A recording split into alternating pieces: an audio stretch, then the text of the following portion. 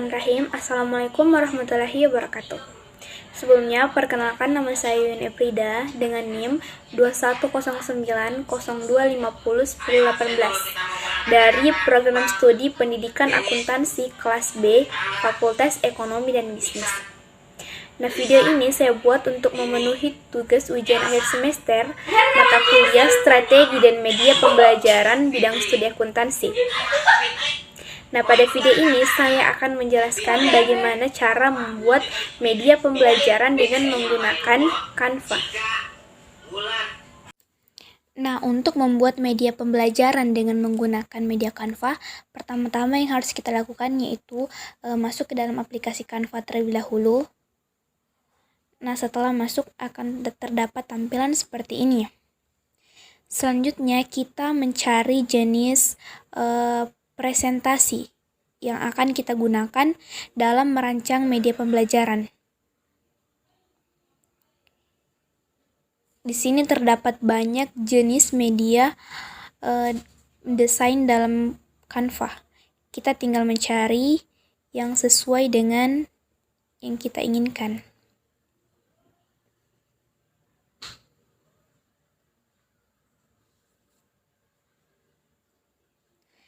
Nah, di sini saya akan memilih jenis desain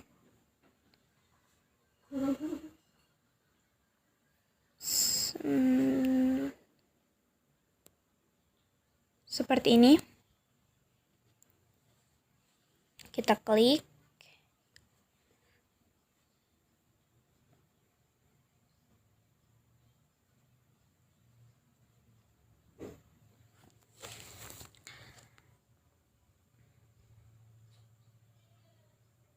Nah, akan muncul seperti ini tampilannya.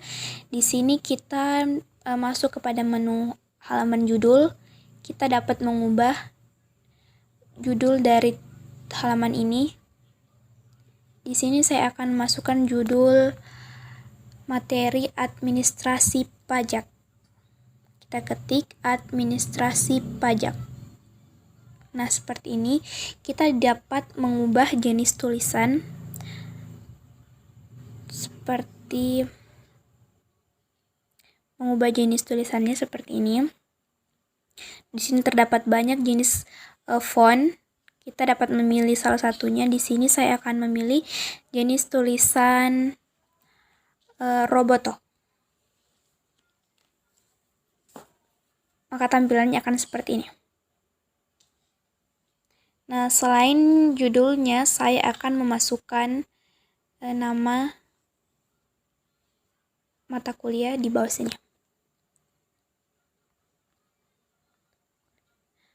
Mata kuliah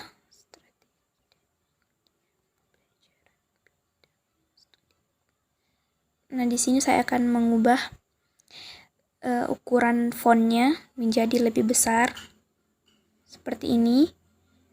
Kemudian mengubah jenis fontnya dengan font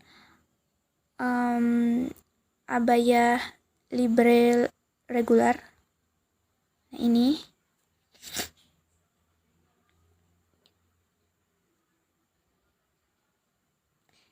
Selanjutnya saya akan memasukkan nama saya dengan memindahkan kotak teks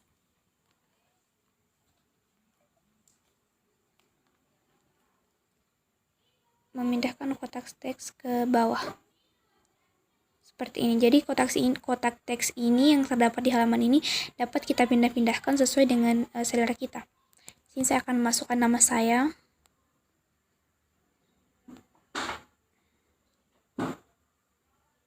Ya, seperti ini. Dan mengubah, di sini juga terdapat menu untuk mengubah warna menjadi lebih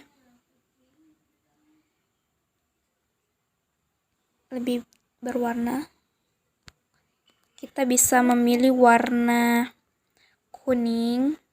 Ada pilihan warna abu-abu tua, abu muda, dan putih dan hitam.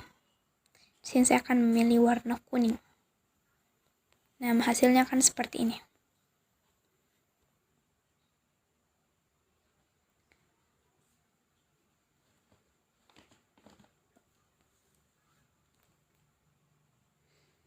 Nah, selanjutnya untuk menambahkan materi.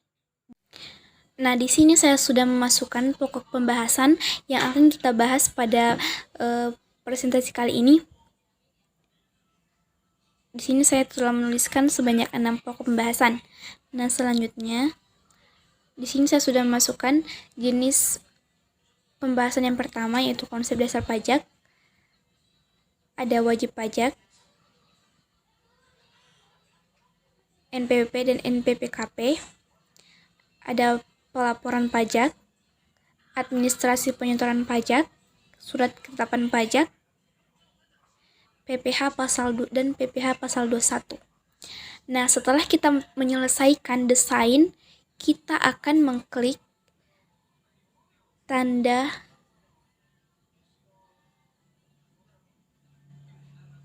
pada ujung kanan atas untuk menyimpan hasil desain kita. Kemudian kita dapat mengklik unduh.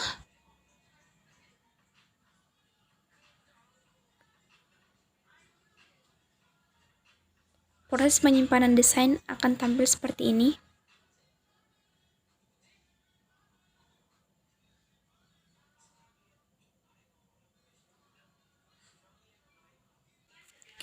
Nah, adapun pokok bahasan dalam materi ini, yang pertama ada konsep dasar pajak, kedua wajib pajak, NPWP dan NPPKP, yang ketiga ada pelaporan pajak, keempat administrasi penyetoran pajak, yang kelima surat ketetapan pajak, dan yang terakhir PPh pasal 21. Kita melangkah kepada pembahasan pertama, yaitu konsep dasar pajak. Yang pertama, ada jenis-jenis pajak. Penggolongan pajak didasarkan pada seperti apa yang membayar pajak, siapa yang pada akhirnya memikul beban pajak, apakah beban pajak dapat dilimpahkan atau dialihkan kepada pihak lain atau tidak, siapapun yang memungut, serta sifat-sifat yang melekat pada pajak yang bersangkutan. Kemudian, tata cara pemungutan pajak terbagi menjadi 3. Yang pertama, ada stelsel pajak. Yang kedua, asas pemungutan pajak. Dan yang ketiga, sistem pemungutan pajak. Nah, selanjutnya terdapat tarif pajak. Nah, tarif pajak ini terbagi menjadi beberapa bagian. Di antaranya ada tarif sebanding atau proporsional. Yang kedua, ada tarif tetap. Ketiga, tarif progresif.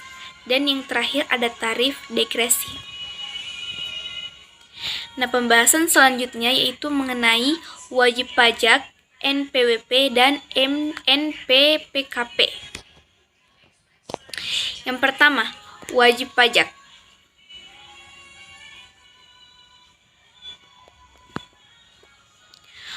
Wajib pajak merupakan orang pribadi atau badan yang meliputi pembayar pajak, pemotong pajak, dan pemungut pajak, serta mempunyai hak serta kewajiban perpajakan sesuai dengan ketentuan peraturan perundang-undangan perpajakan. Nah, selanjutnya yaitu pengertian NPWP. NPWP merupakan nomor yang diberikan kepada wajib pajak atau WP sebagai sarana dalam administrasi perpajakan yang dipergunakan sebagai tanda pengenal diri atau identitas wajib pajak dalam melaksanakan hak dan juga kewajiban perpajakannya. Selanjutnya ada pengertian NPPKP. NPPKP merupakan nomor identitas pengusaha kena pajak atau PKP yang disematkan saat pengusaha dikukuhkan sebagai PKP lewat surat pengukuhan PKP. Nah, kita melangkah kepada pembahasan selanjutnya, yaitu pelaporan pajak. Nah, dalam pelaporan pajak ini terdapat beberapa ketentuan. Yang pertama, ada syarat-syarat dalam pembayaran dan pelaporan pajak. Yang kedua, terdapat pengaturan pajak harus berdasarkan undang-undang yang berlaku. Yang ketiga, pungutan pajak tidaklah mengganggu perekonomian. Yang keempat, pemungutan pajak harus efisien. Dan yang terakhir, sistem pemungutan pajak harus sederhana. Nah, pembahasan selanjutnya mengenai administrasi penyotoran pajak. Nah, dalam administrasi penyotoran pajak terdiri di atas 3 bagian. Yang pertama, ada surat setoran pajak. Yang kedua, petunjuk pengisian surat setoran pajak atau SSP. Dan yang terakhir, ada pembayaran pajak. Nah, untuk materi selanjutnya mengenai surat ketetapan pajak. Adapun macam-macam dari surat ketetapan pajak terbagi atas. Yang pertama, surat tagihan pajak atau STP. Yang kedua, surat ketetapan pajak kurang bayar atau SKPKB. Yang ketiga, surat ketetapan pajak kurang bayar tambahan atau SKPKBT. Yang keempat, surat ketetapan pajak lebih bayar atau SKPLB. Yang kelima, surat ketetapan pajak nihil atau SKPN. Yang terakhir, surat ketetapan pajak terutang atau SPPT. Nah, pembahasan selanjutnya yaitu PPh pasal 21. Pajak penghasilan atau biasa disingkat dengan PPh pasal 21 adalah pajak penghasilan yang sehubungan dengan pekerjaan, jasa, atau kegiatan dengan nama dan dalam bentuk apapun yang diterima atau diperoleh oleh wajib pajak orang pribadi dalam negeri. Nah, itulah penjelasan singkat dari saya mengenai tata cara pembuatan media pembelajaran. Lebih dan kurangnya mohon dimaafkan. Saya tutup dengan ucapan wabillahi taufiq wal hidayah. Wassalamualaikum warahmatullahi wabarakatuh.